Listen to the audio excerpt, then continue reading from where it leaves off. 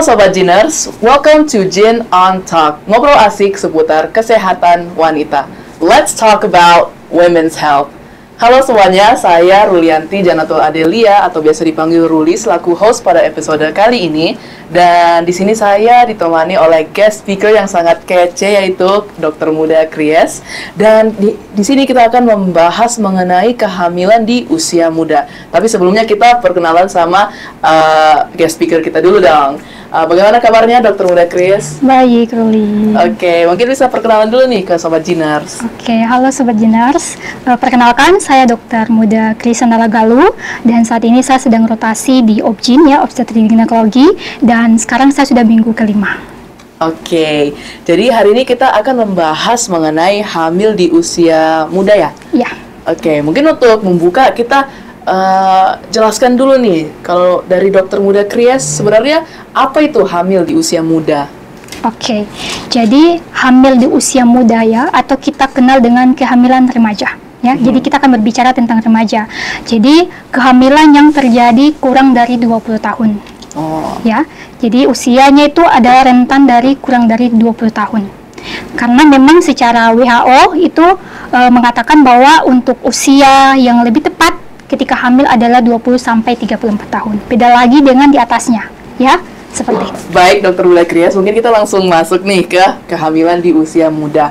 Sebenarnya bagaimana usia seseorang itu mempengaruhi dari risiko terhadap komplikasi dalam kehamilan. Karena saya pernah dengar juga kalau kehamilan di usia yang sudah tua itu tidak bagus juga kan? Ya. Oke, mungkin sekiranya bagaimana tuh pengaruh dari usia? Oke, jadi kita harus bagikan dulu ya untuk usia-usianya. Kalau usia kurang dari 20 tahun, itu kita sebut dengan usia muda ya, yang tadi saya bilang, kehamilan remaja. Kalau 20 sampai 34 tahun adalah usia ideal, dan sedangkan lebih dari 35 tahun itu adalah usia tua. Dan itu memiliki resiko yang cukup tinggi sama dengan usia muda ya, atau kehamilan remaja. Nah, bagaimana sih atau pengaruh dari usia itu sendiri? Nah, kalau berbicara tentang usia yang muda atau kehamilan remaja, tentunya sangat berperan aktif atau sangat mempengaruhi terhadap tingginya risiko komplikasi persalinan, komplikasi kepada ibu, komplikasi kepada janinnya nanti.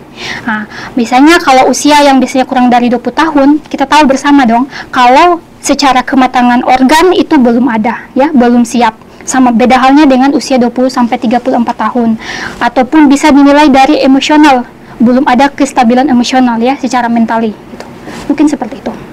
Oke, berarti salah satu yang bikin sangat beresiko ya, apalagi di kehamilan di usia muda itu karena kematangan organ ya, yang betul. belum cukup ya.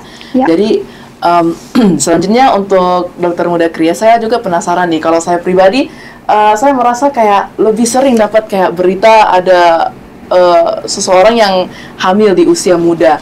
Sekiranya untuk situasi dari kehamilan di usia muda di era sekarang itu bagaimana, Dr. Muda? Oke, jadi untuk kehamilan remaja banyak ya, dan setiap tahunnya itu meningkat. Kalau kita mau dasarkan data dari WHO ya, Organisasi Kesehatan Dunia, itu tercatat 21 juta kehamilan setiap tahunnya. Cukup tinggi dong ya. Jadi untuk 50 sampai 55% itu ada kehamilan yang tidak diinginkan. Nah, biasanya tindakan-tindakan yang memiliki keputusan yang tiba-tiba itu bisa melakukan aborsi. Itu banyak tuh remaja-remaja ya zaman sekarang. Kemudian bisa juga untuk data selanjutnya itu adalah kehamilan yang remaja itu bisa juga 12 juta kelahiran.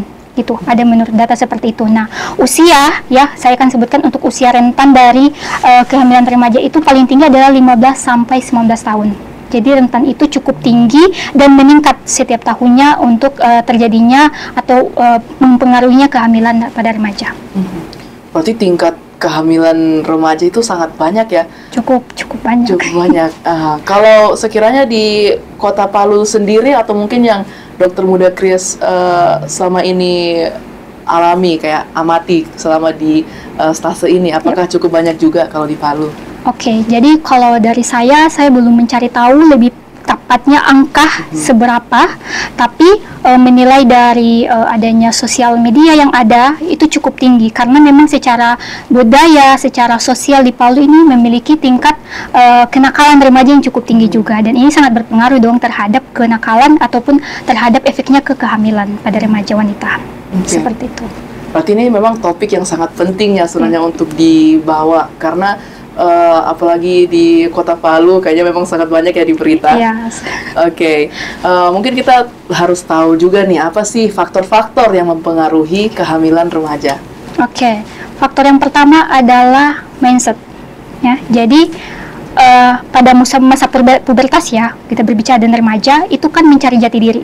Jadi ingin coba-coba, ingin saya mau ini, padahal tidak mengetahui efek jangka panjangnya, efek jangka pendeknya pada dirinya sendiri, bahkan ke keluarganya. Itu yang pertama. Faktor kedua adalah pengetahuan, ya, karena minimnya kesadaran, minimnya pengetahuan tentang edukasi yang diberikan, ya, mengenai risiko-risiko kehamilan pada usia muda itu masih kurang, ya, masih rendah. Kemudian bisa juga pernikahan dini. Ya, mungkin banyak tuh mindset orang tua, kau harus menikah dini, supaya bisa mendapat cucu lebih cepat, ya, seperti itu.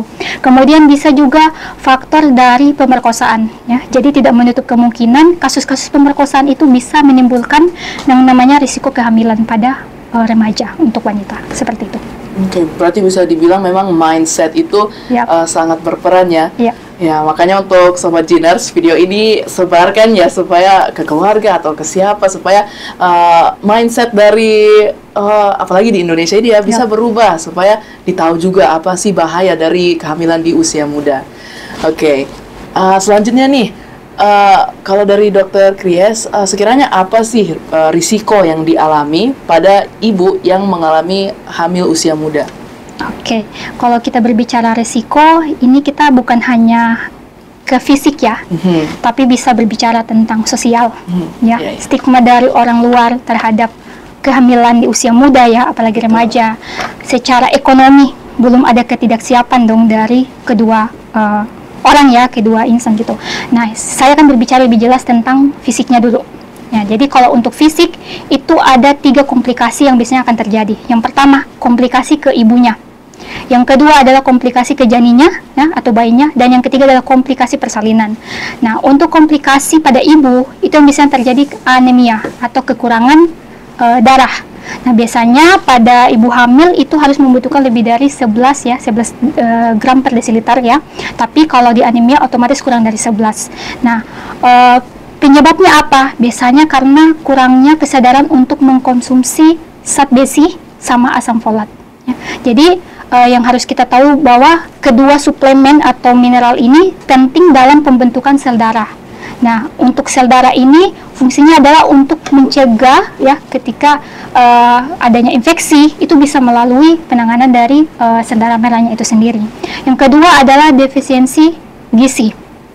Ya, jadi pada masa pubertas itu kan banyak tuh anak-anak remaja ingin diet tapi tidak memperhatikan gizi yang benar. Nah, akhirnya apa? Ketika terjadi kehamilan, posisi dari gizinya itu kurang. Diperparah dengan adanya kehamilan yang otomatis pada usia normalnya saja ya, usia ibu hamil ya, yang usia ideal itu membutuhkan 2 kali lipat besi ya, 2 kali lipat nutrisi. Nah, dibandingkan dengan anak yang masih remaja, terus adanya defisiensi, dan itu memiliki resiko-resiko gitu. Terus yang ketiga, bisa juga DM gestasional ya. Jadi DM gestasional terjadi karena adanya kebiasaan dari jarangnya berolahraga dari ibu, atau bisa juga dari makanan, bisa juga dari perubahan hormon ya. Dalam hal ini perubahan hormon ini yang diproduksi oleh plasenta. Jadi plasenta ini akan memproduksi yang namanya hormon HPL ya, hormon plasenta laktogen. Gunanya adalah untuk memberikan nutrisi atau mengubah lemak menjadi energi supaya bisa dinutrisikan ke janin. Nah, tapi ketika adanya perubahan hormon ini, dia itu bisa mengurangi sensitivitas terhadap insulin yang akhirnya meningkatkan resistensi insulin. Resistensi insulin otomatis akan menyebabkan DM gestasional. Tapi yang harus kita garis bawahi, resistensi insulin itu tidak hanya menyebabkan DM gestasional, tapi bisa menyebabkan preeklamsia atau hipertensi pada kehamilan, bahkan bisa mencapai eklamsia tadi yang disertai dengan kejang. Terus bisa juga menyebabkan infeksi. Itu yang paling sering bisa ISK ya, infeksi saluran kemih, ataupun bisa yang paling parah itu adalah berdasarkan jurnal itu adalah kanker serviks. Jadi ketika terjadinya infeksi ya, dengan ketidakmatangan organ yang ada, itu mungkin meningkatkan infeksi. Nah, infeksi ini kalau tidak ada imunitas yang baik, otomatis akan menyebabkan kanker. Nah, salah satunya adalah kanker serviks. Penyebabnya adalah human papillomavirus, ya, penyebabnya itu. Terus kalau kita berbicara dengan komplikasi kepada janin, itu yang pertama adalah BBLR, berat badan lahir rendah. Itu yang paling sering terjadi. Kemudian yang kedua, bisa juga komplikasi terhadap hambatan pada janin ya, perkembangannya. Ya, kemudian bisa juga menyebabkan yang namanya retardasi dalam pertumbuhan janinnya selama kehamilan, seperti itu. Kemudian bisa juga untuk komplikasi persalinan. Yang pertama adalah meningkatkan EC, ya, jadi tindakan operasi itu akan lebih meningkat. Kemudian bisa juga menyebabkan ketuban pecah dini, ya, karena akibat infeksi tadi. Lalu bisa juga menyebabkan pendarahan pasca persalinan postpartum ya, yang biasanya itu kalau terjadi shock otomatis akan menyebabkan kegawat daratan pada ibu, bahkan kematian pada ibu, seperti itu. Oke, jadi itu tadi penjelasan mengenai risiko yang dialami. Sebenarnya bukan hanya pada ibu hamil ya, karena bisa juga pada janinnya. Oke, jadi itu sangat banyak risiko yang harus diwaspadai. Nah, selanjutnya bagaimana nih sebenarnya cara untuk penanganan terbaik pada kasus kehamilan remaja? Oke, jadi penanganan ya, kalau kita berbicara penanganan atau tata laksana yang diberikan adalah yang pertama adalah secara emosional kita harus dukung. Ya, jadi tidak perlu terlalu lama untuk mempersalahkan orang lain, tapi kita bantu untuk mendukung emosionalnya, karena emosional itu sangat berpengaruh terhadap ketika persalinan nanti. Kemudian yang kedua adalah perawatan prenatalnya harus melibatkan banyak pihak ya, bukan hanya dokternya, bukan hanya tenaga medisnya lainnya, tapi melibatkan orang tua atau keluarga atau pasangannya. Kemudian untuk tenaga medis yang biasanya dilakukan adalah pemeriksaan ANC, antenatal care ya, yang harus dilakukan, yaitu 4 kali, yaitu 1 kali di trimester pertama, 1 kali di trimester kedua, dan 2 kali di trimester ketiga. Gunanya apa? Supaya kita bisa mengidentifikasi kira-kira ada tidak komplikasi yang terjadi selama kehamilan, gitu. Supaya kita bisa mengetahui tindakan-tindakan apa yang akan kita pilih nanti dalam selama proses persalinan di kemudian hari, seperti itu. Oke, jadi tadi dalam penanganannya bukan hanya kayak harus ANC, tapi harus juga memberikan dukungan secara emosional ya. Yep. Sekiranya bagaimana sih, apa saja kayak peran dari keluarga dan lingkungan dalam mendukung ataupun dalam mencegah dari kehamilan di usia muda ini? Oke, jadi peran dari orang tua tentunya dari emosionalnya ya. Kita harus dukung, dan kemudian tidak boleh terlalu lama untuk menyalahkan anaknya gitu. Kita harus sama-sama rangkul ya. Kemudian yang kedua adalah kita bisa memberikan secara nutrisinya ya. Jadi untuk pemberian nutrisi dari suplemen tadi asam folat ya, untuk pencegahan anemia, kemudian zat besi. Lalu untuk nutrisinya seperti kalori ya, untuk kalorinya itu biasanya kita berikan 2.400 kilokalori per hari, ataupun proteinnya kita berikan 1 gram per kilogram berat badan per hari. Kemudian yang harus kita pantau adalah harus ada peningkatan berat badan dalam 1 bulan ataupun kurang dalam 2 minggu. Kalau dalam 2 minggu itu 0,5 kilogram dalam 2 minggu ya. Kalau 1 bulan otomatis harus 1 kilogram naik ya. Kemudian pemberian suplemen vitamin seperti suplemen vitamin atau mineral ya, seperti zat besi, asam folat. Nah, asam folat itu kita berikan 0,4 mg. Kemudian untuk sulfat ferrosus itu kita berikan 325 mg 1x1. Tapi kalau dia ada anemia, otomatis dosisnya harus kita naikkan dengan cara pemakaiannya itu 3x1 ya, 325 mg 3x1. Lalu bisa juga kita berikan suplemen kalsium ya, untuk itu dosisnya 500 sampai 1000 mg gitu, seperti itu. Oke, berarti memang peran keluarga dan juga lingkungan ini sangat berperan besar ya. Bukan hanya dalam emosional, tapi juga untuk membantu dalam mengawasi dari gizi untuk ibu yang hamil di usia muda ya. Ya. Oke. Selanjutnya ada pertanyaan nih, sekiranya apa sih metode yang tepat dalam membantu persalinan pada kehamilan remaja? Karena kayak tadi kan sempat dibilang kalau organ pada remaja itu belum matang ya. Jadi mungkin apakah lebih direkomendasikan lahiran normal atau mungkin sesar? Bagaimana itu, Dokter Huda? Oke, jadi kalau berbicara tentang usia muda, yang disarankan untuk sekarang itu adalah SC, seksual cesarea ya. Kita membuat sayatan ya di bagian dinding perut atau kita sebut dengan laparotomi sampai ke dinding uterus atau histerektomi. Nah, kenapa dilakukan SC? Yang pertama karena CPD ya. Jadi pinggul sempitnya, jadi cephalopelvic dispersion. Jadi karena usia yang bayangkan saja ya usia remaja, otomatis pinggulnya masih sempit ya. Jadi tidak memungkinkan untuk persalinan normal. Itu dilakukan adalah tindakan SC. Ya, tapi memang tindakan SC itu bukan hanya dari CPD-nya, mungkin dari komplikasi-komplikasi yang dialami oleh ibunya itu sendiri. Jadi SC itu harus ada indikasi, seperti itu. Oke, berarti memang ternyata ada ya metode yang lebih disarankan. Ya. Dikarenakan ada risiko yang tadi mengenai organ yang belum matang. Oke, kemudian kita kan tadi sudah membahas mengenai kayak kehamilan usia muda, seandainya memang sudah terjadi kan. Mungkin untuk beberapa pertanyaan terakhir, saya mau tanya mengenai pencegahannya. Bagaimana sih pencegahan yang tepat untuk menurunkan kasus kehamilan di usia muda ini? Oke, pencegahan yang pertama adalah advokasi yang kompresif.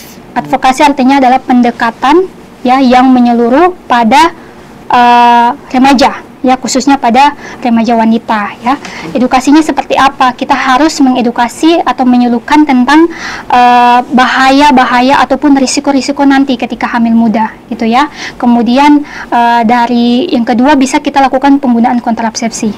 Ya, jadi kontrasepsi ini cukup kontroversi ya. Kalau menurut agama tidak boleh, tapi menurut medis boleh gitu. Tapi pada dasarnya adalah kontrasepsi digunakan atau bertujuan adalah untuk menurunkan ya mortalitas atau kematian pada ibu dan janin karena usia muda ya. Jadi kontrasepsi ini biasanya kita gunakan tergantung lagi apakah penggunaannya untuk jangka panjang atau jangka pendek ya.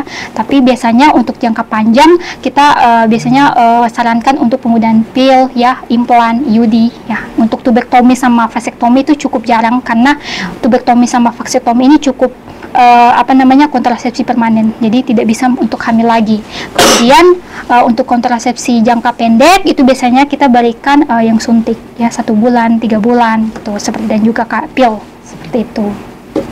Oke, berarti itu tadi juga sudah dengan pembahasan mengenai kontrasepsi ya, yang sebaiknya digunakan.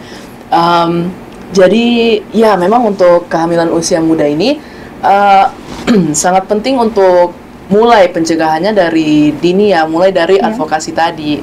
Nah, dengan salah satu cara itu membagi video ini ya kan. Jadi untuk Sobat Geners jangan lupa tentunya untuk membagi video ini. Oke, jadi sepertinya untuk Dr. Huda Kries itu saja untuk diskusi kami hari ini. Mungkin bisa Dr. Huda Kries memberikan dulu nih closing statement untuk Sobat Geners yang lagi menonton.